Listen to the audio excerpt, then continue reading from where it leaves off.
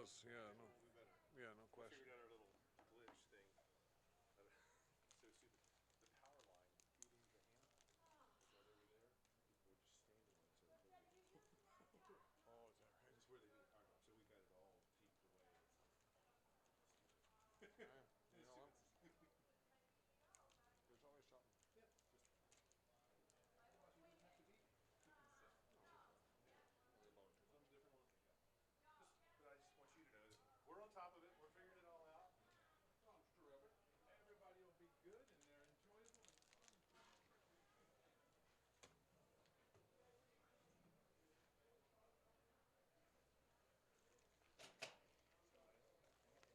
what? Decaf? Good stuff. Good.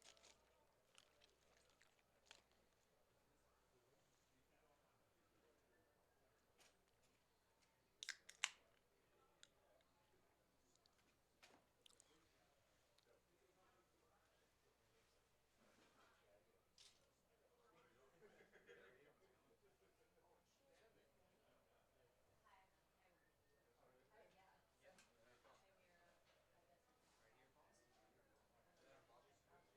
So much do you?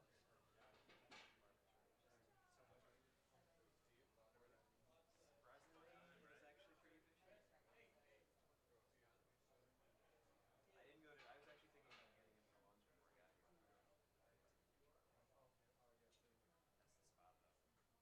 yeah. Wait. So you do it for me with the school and then you speak there too?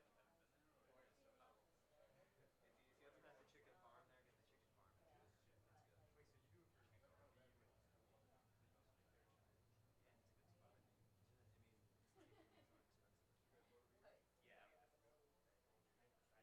What? No, that's right. This is it's great to be back in Boston. I haven't been here in a long time, but it's warm. Yeah, they're all just like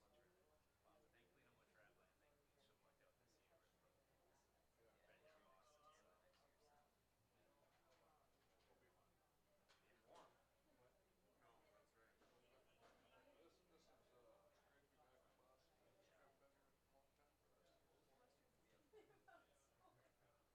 Yeah.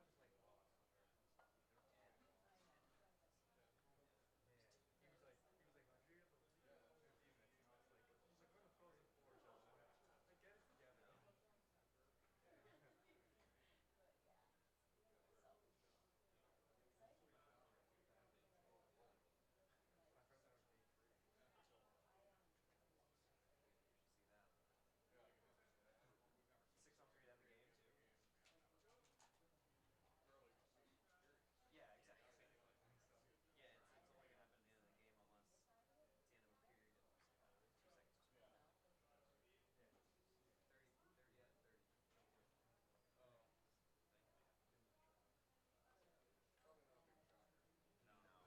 probably not a big shocker.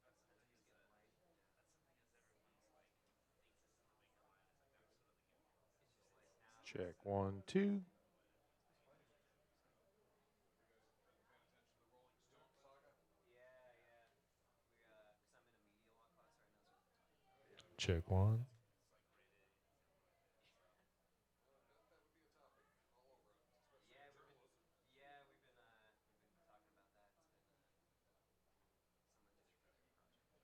a topic all over, especially in journalism.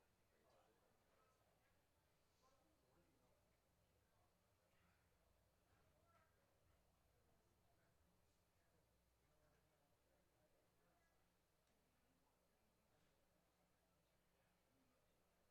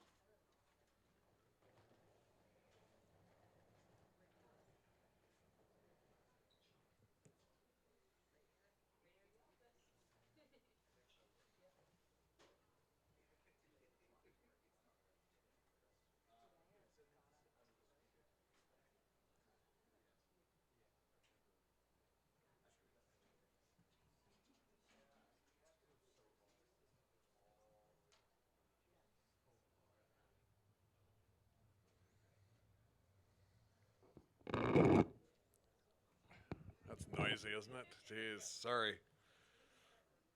Didn't mean to. We'll have the BU folks in here just in a couple minutes. Just a reminder, we'll use the microphones for questions. Identify yourself and your affiliation every time. We are transcribing the press conferences, so those people listening know who is speaking, and also so the people up here know who is speaking as well. 267th and 268th games in the Frozen Four history tomorrow. 8:37 drop of the puck for the second national semifinal. Boston University, the visitor, against North Dakota, the home team. 53 minutes between the games at least, so if the first game would go deep into overtime and infringe upon that 8:37 start time, we'll have 53 minutes before the games. 22nd Frozen Four, as you know, for Boston University, first since 2009, in which they won 90-96. 7 of 8 years they were in the Frozen Four, 71-78, not in 73. 5 titles for BU.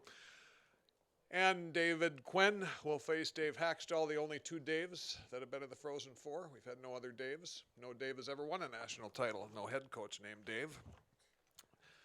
Vic is the most common name of a national championship head coach. Vic Heiliger won 6 national titles, leads the way. There have been 5 Jerrys, 5 Murrays, 5 Jacks, 4 Bobs, 4 Jeffs, many others. Won't go through the whole list. Hopefully you all have that. How many of you are here at the Frozen Four for the first time? A few of you? Quite a few. Good. Well, we welcome you. Jocko, did you raise your hand? The guy in the back, Jocko Connolly, for those of you that don't know, is, what is this? He started the Frozen Four, yeah. 32nd year covering the Frozen Four, Jocko, is that right? That's a lot of them. You got some tips for these young kids up in front, don't you? Pat, what do you got? Yes, transcripts, yes, exactly. We sure can. Transcript, if you're on the email list that Mark Beddix is for credentials, you should find it in your email, but if you go to asapsports.com /webscripts, WEBSCRIPTS, webscripts /Frozen Four. That's where you can find the transcripts for all the press conferences. They're all be streaming, all these are being streamed live on YouTube as well, off the NCAA On Demand YouTube site.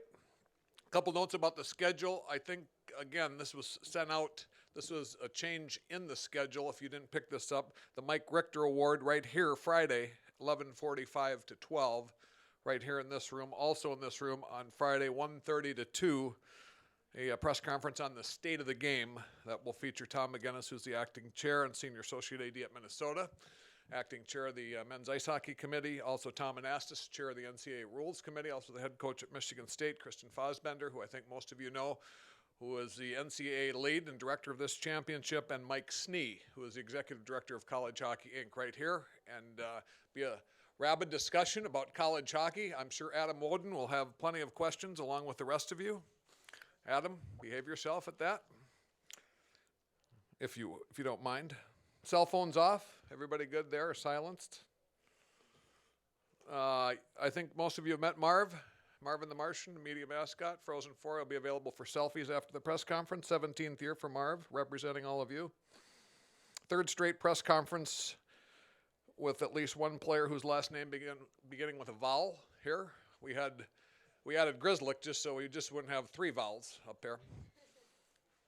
And we will secretly find out if Jack Eichel can spell Grizzlick at this press conference. So I don't know if you saw him on ESPN, but we'll give him another chance just for fun.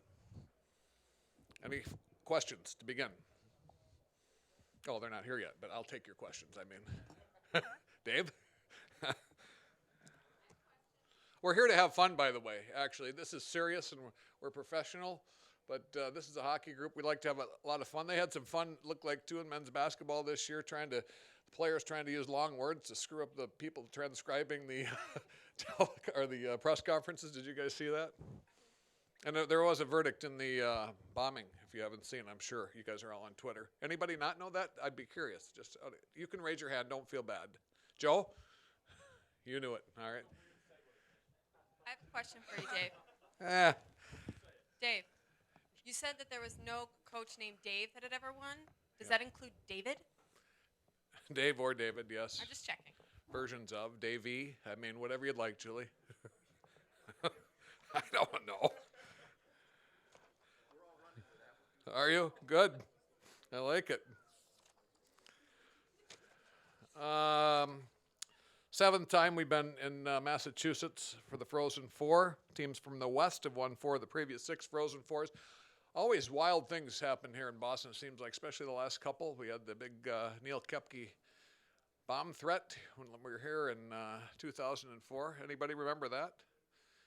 Where Neil Kepke left his bag, his Tandy Radio Shack bag, and the security guard was a little anxious because it was unattended the whole first semifinal. Called the bomb squad in and shut down traffic all throughout the city right at rush hours at the end of the first semifinal.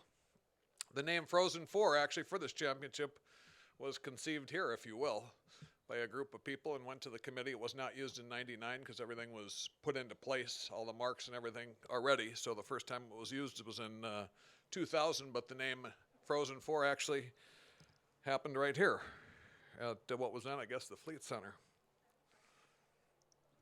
Yes. I am capable of repeating the URL for the transcript. Any other questions? Oh, you would like me to, I'm sorry. ASAP, like as soon as possible, sports.com. And then it must go / web scripts, is that what I said? Or web scripts, yep, / Frozen 4. / web scripts, / Frozen 4, yeah, having a hard time saying that. Hi, guys. Good, how are you guys? Welcome. Coach, Fisher, welcome. Thank you.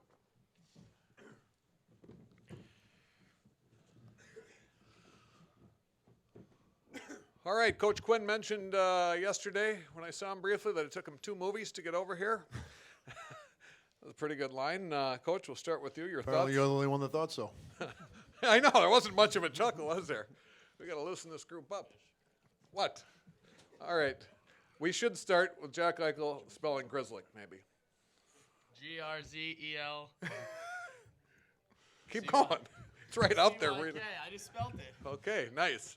I don't know how many of you caught that on the bit on another television channel called ESPN, but I Coach, didn't realize we were coming on Jimmy Fallon. I mean, what's let's, after your sip of water, start with your thoughts on being at the Frozen Four and how things gone so far. Well, obviously our team's very excited about being here. You know, a lot of hard work, starting with talent, teamwork, commitment, great goaltending, great decor, and a great group of forwards. And we know how hard it is to get here. Our guys aren't taking this for granted.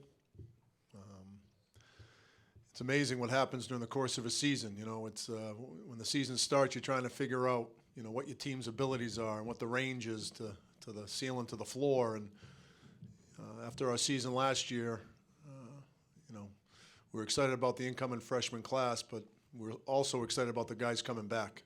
And we knew we had a good core coming back, and we knew we were going to surround it with good freshmen. And the key to the whole situation was going to be how the returning guys were going to accept the new guys. And our freshmen come in for second summer semester every year, and it didn't take very long for us to realize that we might have something special on our hands.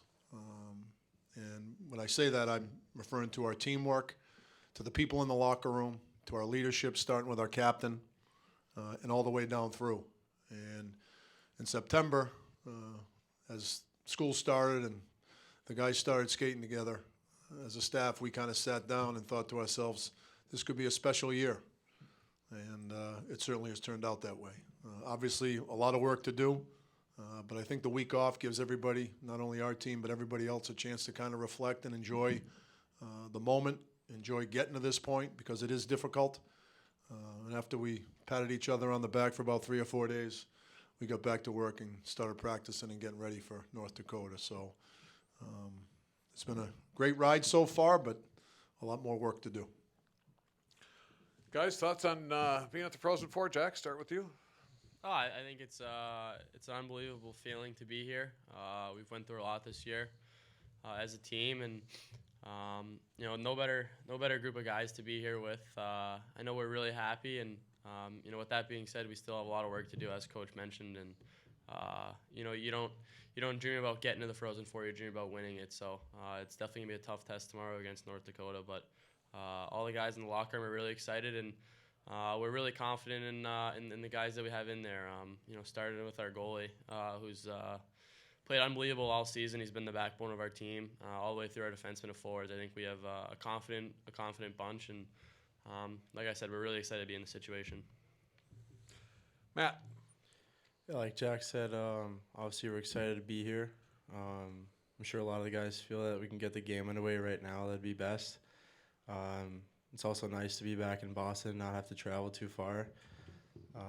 We've had some pretty good success on this ice so far, so I think that'll help us really calm our nerves early, and we're just excited to play. Matt. Yeah, I think we've, like Jack and Grizz and Coach said, we're really excited to be here, and we've got a great group of guys, and I think camaraderie goes a long way in the playoff push, so I think it's serving us well, and we really have got to come together tomorrow night against a really strong team from the Midwest. Hati. Yeah, there's not much to add. Last 2 years, we maybe weren't as good as we hoped, so now it's amazing feeling to be in Frozen Four. Terrific. One quick introduction. If you don't know Brian Kelly, lead PR person for Boston University. Where'd he go? He's standing right here. He's the great disappearing act. I'll introduce him when he comes back. All right, Brian. Questions right here in the front. Again, reminder to name and affiliation every time, please. Kevin Walsh, Comcast Sportsnet. David, a two-part question, please. I'm sure you'd be happy to play in a Frozen Four anywhere, but just the fact that you're a New England team playing in New England, how does that feel? The second question's a bit more serious. You've probably heard by now the verdicts are in the marathon bombings, guilty on all counts. Considering the proximity of your school to the location and the connections to the school, if you could contrast your thoughts on that day and what's happened today, and just maybe express how relieved you are. Well, first, we are excited about being in the Frozen Four, and I'd be lying to you if I didn't say it was a little bit extra special being in the city of Boston. We got a lot of local guys. Gives our fans an opportunity to come support us.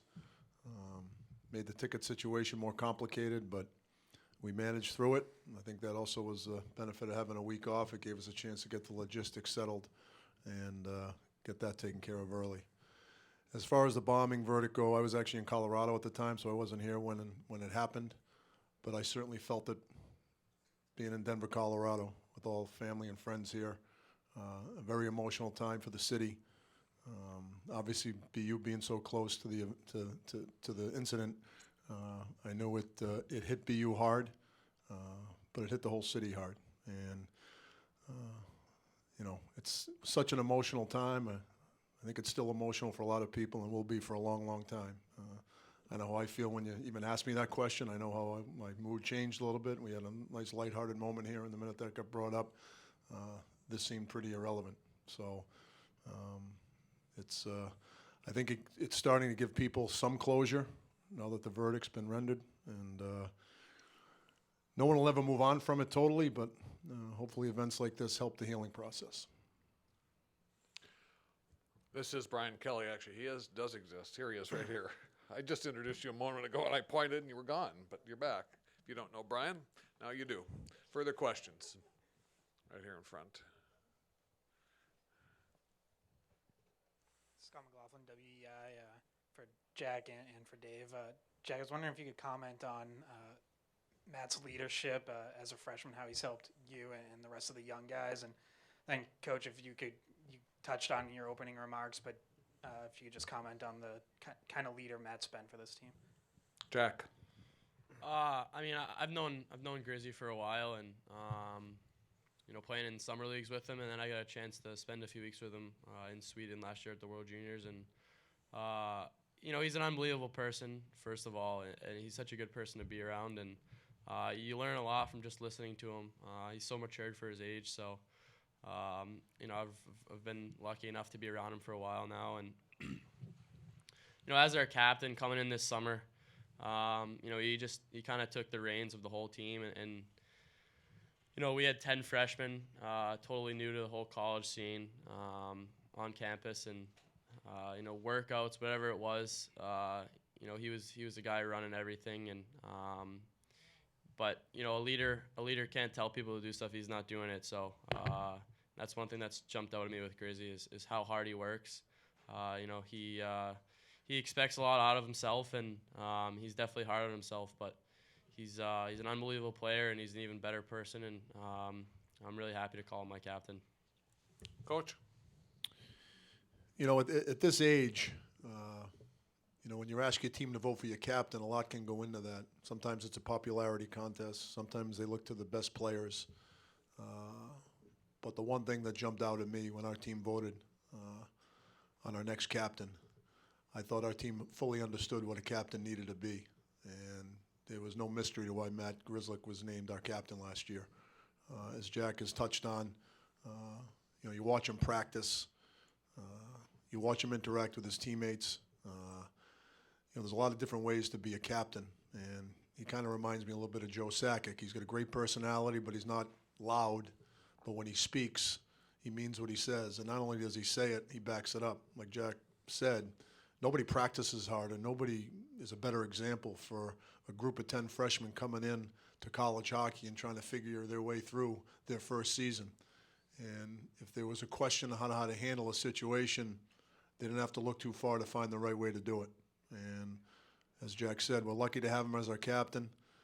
He's had a heck of a season. I don't think there's a better defenseman in college hockey than him. He's had a phenomenal year. He's improved his game dramatically because of his commitment and how hard he works at it. And like I said, when you get to this point, everybody's talented, but there's an awful lot of ingredients that go into getting the Frozen Four. And we have a lot of those ingredients because of Matt. Middle here. Levin Reed, WBZ. This question's for Coach. Coach, you said that after last season, you were bringing in a whole bunch of freshmen, you bring in a whole bunch of new people. How quick did it take for everything to mesh, and then the sacrifices that some players had to make and realize that this was going to be a good team? Levin, I was shocked how quickly it happened. Actually it happened from middle of July through August when our freshmen came for summer school and they work out and skate together, and a lot of our returning players were still around BU. And you could just see it. There was, with all those new faces, there was going to be a lot of uncertainty on what type of team we could have. And, these guys will tell you, they might have thought it was a pipe dream, and I wouldn't say it too loud because people would check me into a hospital if I told you I thought we could win a national championship this year in September based on what happened the year before. But we really felt that way, and we actually said it to the guys in September. After 3 weeks, we said we think we could win a national title, but we also think we could go 500. The rest is up to us, And we've had some fortune along the way, but we've had great players, teamwork, camaraderie, togetherness, great leadership, a little bit of luck, great goaltending. All that stuff factors into it, and we had all of that. And we don't take it for granted. We do have a little bit of a swagger to us, but it's a respectful confidence and a respectful swagger because we know we can't just show up and win a hockey game. We've never felt that way. We've got a great work ethic to us, and it's kind of all fallen together. Dan, right here. Dan Rubin from U.S. College Hockey Online. Guys, this semifinal is really an East-West kind of thing. I didn't think I was under the one that was going to give me the feedback. When you look at the East-West makeup of the semifinal, where you're taking on North Dakota, and on the other side you have Providence against Omaha, it's really a national conference versus the Hockey East Conference. For you guys, when you look at the growth of the game and the way that the game has changed at the college level, what does that say to you, especially with the East-West makeup? What are your opinions of it? What are your thoughts and general overall impressions? Guys, who wants to try that one? East-West. Matt O'Connor speaking. Go ahead. Yeah, obviously with USA Hockey, player development's kind of gotten out of maybe the hockey hotbeds of the East Coast and West Coast from back in the day, but both programs have a lot of history and excellence, so it brings a lot of tradition and culture to this game tomorrow night, and I think we're all excited growing up, dreaming about college hockey. It's kind of a cool thing to be playing a team like North Dakota from the Midwest and such a hockey hotbed over there. So I think it just brings back more tradition to fans and the culture. But obviously, over the years, parity and college hockey is just growing so much over the country. But it's pretty cool to be able to play a strong team from the classic Midwest, and it'll be fun to do it in the Garden. Coach Quinn, storied rivalry, East-West. Your thoughts? Well, as Matt touched on it, it's changed. In the 70s and the 80s, you didn't have the internet and social media, and there wasn't the familiarity as there is today. North Dakota, if you ask any casual hockey fan, name the top 5 or 6 college hockey programs in the country, every single person will mention North Dakota in one way, shape, or form, and it may be 1, it may be 3, it may be 4. So, you're talking about one of the most storied programs in college hockey. I also think BU would be in that mix. And again, who knows where it would fall? Everybody would have their own opinion on which programs are better, but I think that's what makes it for such an interesting matchup. Obviously, both teams have had great seasons, and it does make it for a little bit of a juicy subplot. Okay, back here. Phil Newman, WDAZ. As for any of you guys, when you look at North Dakota and their depth in their D-core, and then you have you guys with 4 guys who have scored over 20 goals this season, how do you anticipate that matchup playing out between your forwards and their D-core? This is Matt Grizzly. I don't think we really read into it too much. First game of the tournament, we played Yale, and they're kind of a shutdown team. I think we talk in the locker room. We feel like we have a pretty underrated D-core ourselves and goalie. I think that might get overlooked sometimes, but we're just going to try to go out there and play the best we can and not focus too much on matchups. Anybody else want to chime in, guys? Or that good? Phil, that good? You got what you need? Follow up? Jeez. There's a lot of people that want to ask questions. No, go ahead. Just kidding you, Phil. Well, you mentioned your goaltender. Can you speak a little bit about Matt and the season that he's had to this point? Yeah, I think OC's been the backbone to our team all year long, and he kind of he plays with his own confidence, and I think especially speaking for the D, it really puts us at ease back there, knowing that we have a guy back there we can rely on in case we make a few mistakes along the season. I know that's definitely going to happen, especially with 4 freshmen, but he's played unbelievable. We definitely relied on him, especially the second half of the season. Kind of joking around. We've had a tough stretch over Christmas, sort of, but you can really see his dedication in the weight room and how serious he approaches the game. I think that was really one of the focal points for him, making sure that us in general, that we were ready to go for the second half, and just to see how confident he plays in this game really rubs off on the rest of the guys. That, again, was Matt Grizzly for the transcription service. Bob Snow right here, and then Dave.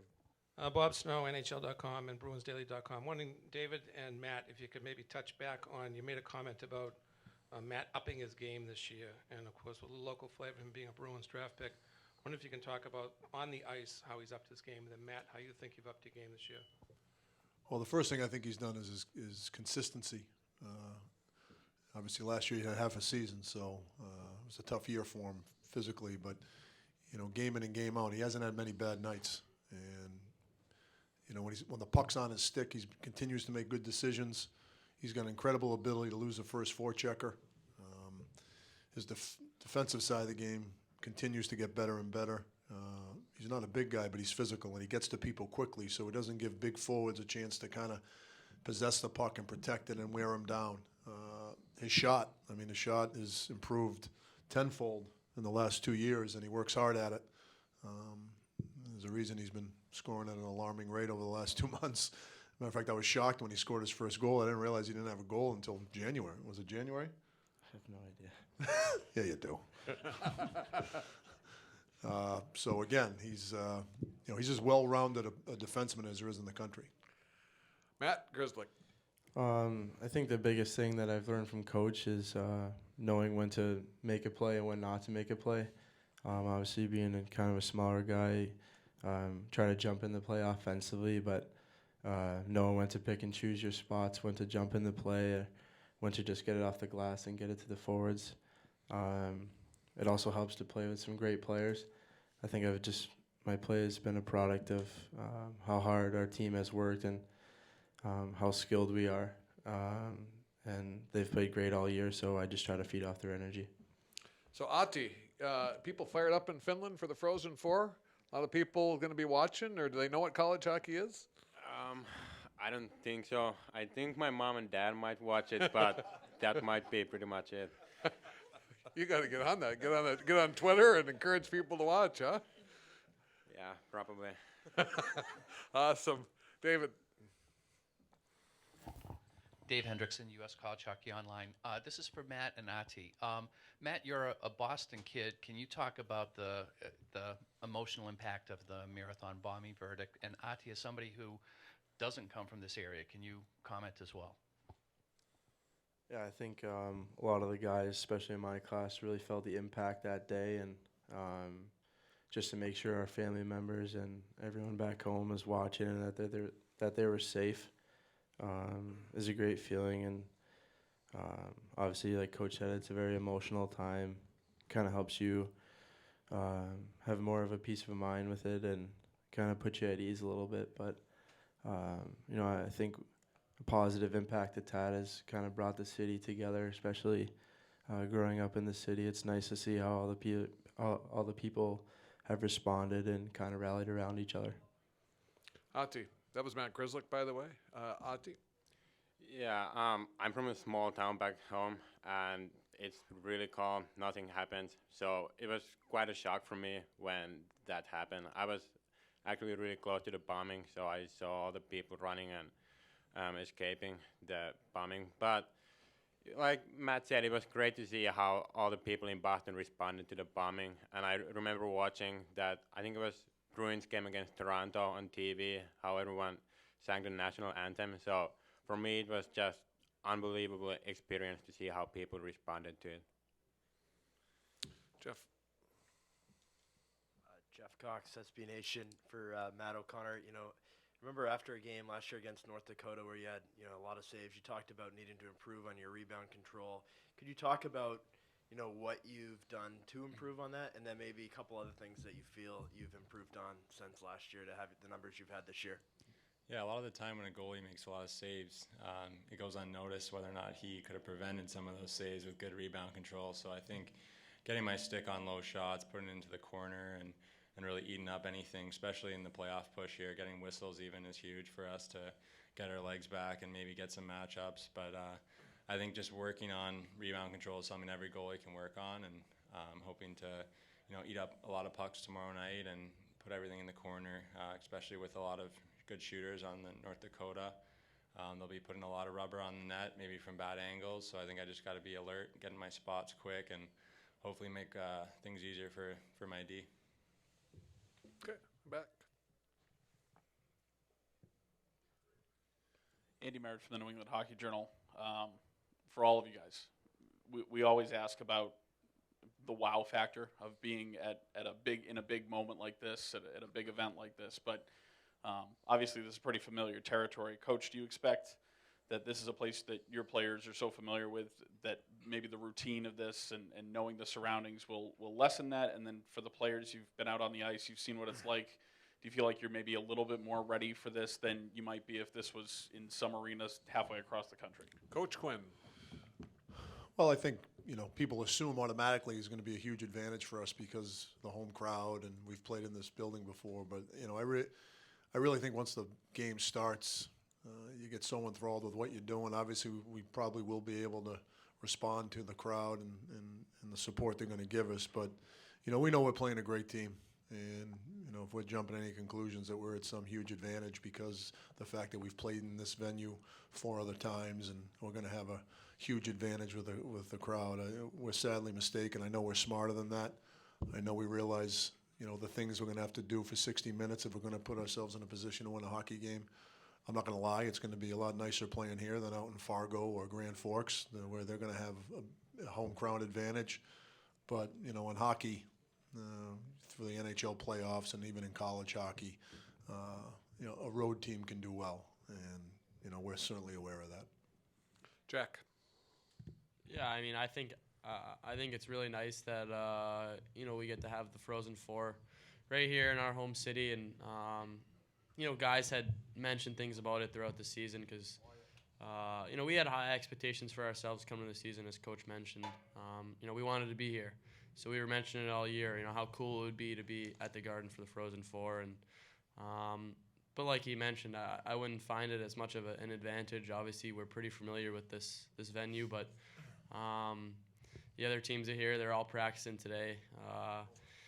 Once the game gets going, there's not much of a advantage or disadvantage whether or not you've played here. They're a really good team. I'm sure it'll be a tight checking game, and it wouldn't make a difference if it was here or there. I think you just gotta focus on what's going on the ice, and I think that's what both teams are gonna do. Matt Grizzly. Yeah, like Coach and Jack said, I think once the puck drops, you kind of black out a bit and don't really pay attention too much to the crowd or what's going on. I think the team who can eliminate distractions will have the most success, and hopefully, especially for the 10 freshmen so far, hopefully using the advantage that we've had success here. We've won a couple championships that it'll kind of put us at ease going to the first period or so, but really after that it just comes down to X's and O's and whoever's going to win their one-on-one battle. Matt O'Connor. Yeah, like everyone said, it's pretty good to be in Boston, and we're really familiar with it. But once the game gets going and tense games and tense situations, we're not really going to be thinking about whether we played here before or not. So I think we're just I guess soaking it up today because we're familiar with it. But every team, like Jack said, has practiced on the ice surface by now, and I think it won't be that much of an advantage. Ati, the Garden's going to be rocking, don't you think? I really hope so. Yeah, we've had pretty good records so far this year here at the Garden. I think 4 games, 4 wins. So we hope to continue that. But just like the guy said, we've been talking about this the whole year, how cool it would be to play here. But then when the puck drops, it doesn't really matter where you play. You're just focused on the game. Okay, Julie. Julie Robenheimer, HockeyBuzz.com. For everyone except Jack, we all know his ability to contribute to the team through the score sheet, but what does he do on the ice to contribute when the stick's not on his, or when the puck is not on his stick, but then also his team-first mentality? Ati, let's start with you. Everyone knows how dangerous Jack is, so when I played with him on the same line, even when he didn't have the puck, there was always a D-man following him, covering him, so it created a lot more room for the rest of the guys out there. Matt O'Connor. Just from a goalie perspective, it goes unnoticed sometimes how quick he can get the puck down low and transition up the ice. That's huge, especially with how tight college hockey is defensively. If we can keep the puck moving in that direction, it makes my job a lot easier. And I think playing with Jack has helped me playing the puck, because I've been able to maybe get an assist off of some of his plays just by transitioning quick and having someone who can get really low, and Coach Quinn harps on that for transitional hockey to really support the D and get back there. So I think Jack can be someone that really helps us when he does that. Grizz, can we call you Grizz? Or? Yeah, sure. Okay. I'm okay. Oh, I better say Matt Grizzlick for the transcriber, so sorry. Yeah, I agree with Ati said. I think obviously Jack gathers a lot of attention in himself, so he's able to give more space to his teammates, and I think one thing that might get overlooked is his play in the face-off circle, especially the second half of the season. I think that's something that he's paid a lot more attention to, and it allows our team to possess the puck a lot more, and especially when Jack possesses the puck a lot more, it definitely benefits our team. Coach Quinn, could you talk about the length of the season, long season now coming to culmination, probably the longest season in college sports, perhaps. And now, do you like being alone in the spotlight here? Years ago, this championship used to be on the same weekend as the Final Four, and now it's in the spotlight. Yeah, well, obviously, when you start in September and here you are, the Red Sox have already opened their season, it tends to give you a slap of reality. This is a long year, but I know I don't want it to end. I know they don't want it to end. When you're around a group like this, it can't go long enough. And we love coming to the rink every day. They love playing together, and it's made for a wonderful year. What was the other part of your question? Just about the Frozen Four now being on its own weekend and off. The Yeah, it actually, actually talking with Kevin Snedden about this, a lot of people complain about the week in between being off, but now that we're going through it and, recalling '09, I think it's a good thing. I think it gives the teams an opportunity to reflect and enjoy the fact that they've had some success, and getting here isn't easy, like I said earlier. It certainly gives a team like us a chance to get our ticket situation straightened out, and it doesn't get in the way of your preparation for the game. And maybe there's more attention paid to us because of the fact that basketball's over.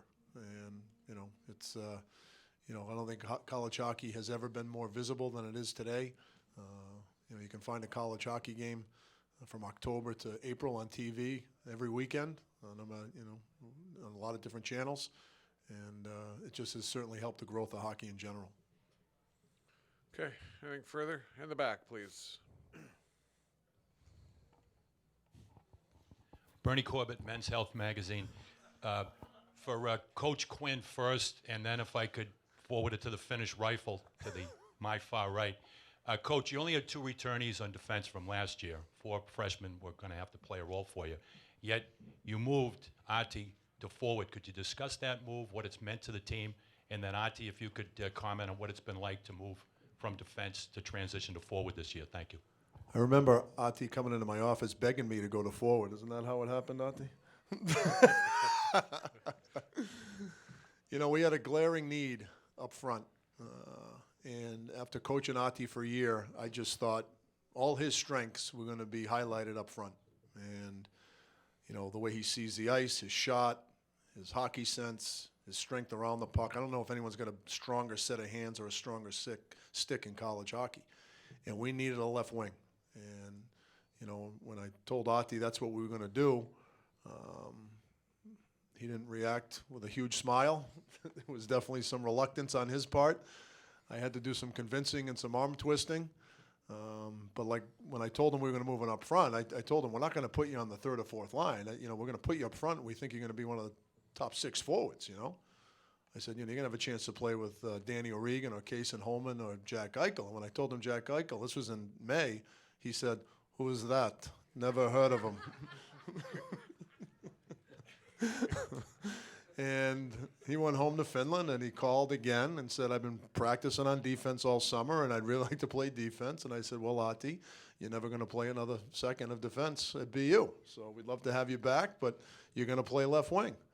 And 22 minutes into his forward career, he had 4 goals, and he's never looked back. So it's all worked out pretty well, huh, Ahti? All right, Ahti, time for your rebuttal. Yeah, well, just like Coach said, I wasn't too happy about it in the beginning, but now it's easy to say that thank God Coach forced me to move to forward. And yeah, it's been pretty fun so far, scoring a couple of goals maybe. But 24, but who's counting? 24, yeah. But yeah, it was a huge change for me. And like I said, I practiced the whole summer as a D-man, and I still believe that I would play D here in BU. But yeah, I got a bit lucky in the first game. Jack gave me 4 nice apples, and it's just, it's hard to say. It's just the first game, 4 goals. It was such a great start for me. It was easy to just practice after that, just focus on playing forward. And maybe the first 5-10 games, I didn't feel as comfortable, but then it just started coming back. I used to play forward when I was 10, 11. But yeah, it just started coming back, and now I feel great playing forward. So I guess I have to say thank you, Coach. You're welcome, Ahti. You figured out who Jack Eichel is now, too, Ahti? Yeah, now I know.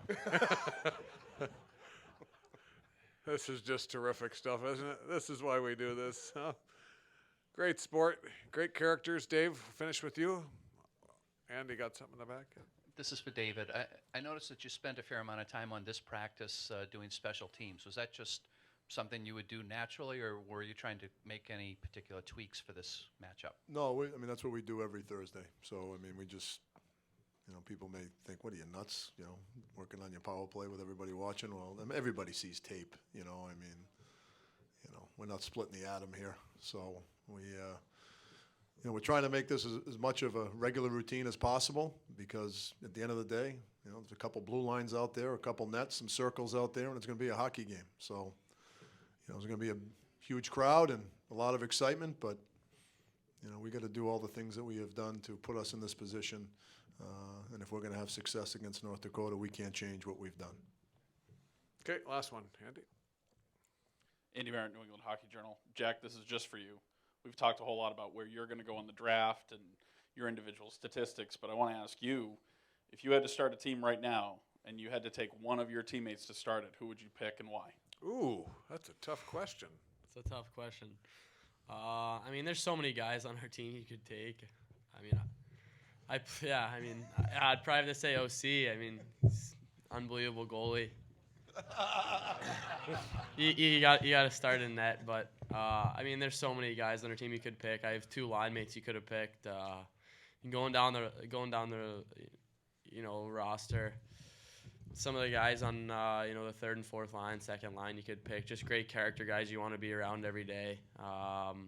You know, then you look at our D-core, my roommate Johnny McLeod, another great guy, Grizzy. I mean, I could name everyone on our team.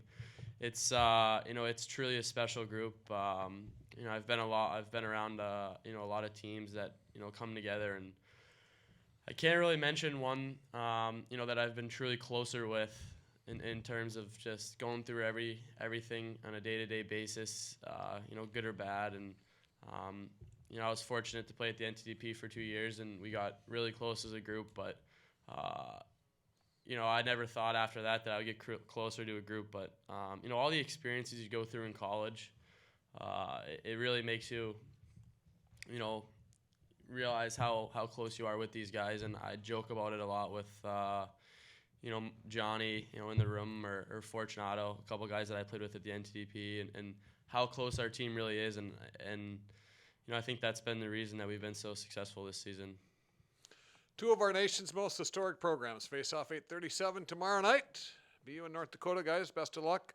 Thanks very much. We'll have North Dakota here at 4 o'clock, and great to have all of you here, especially Men's Health.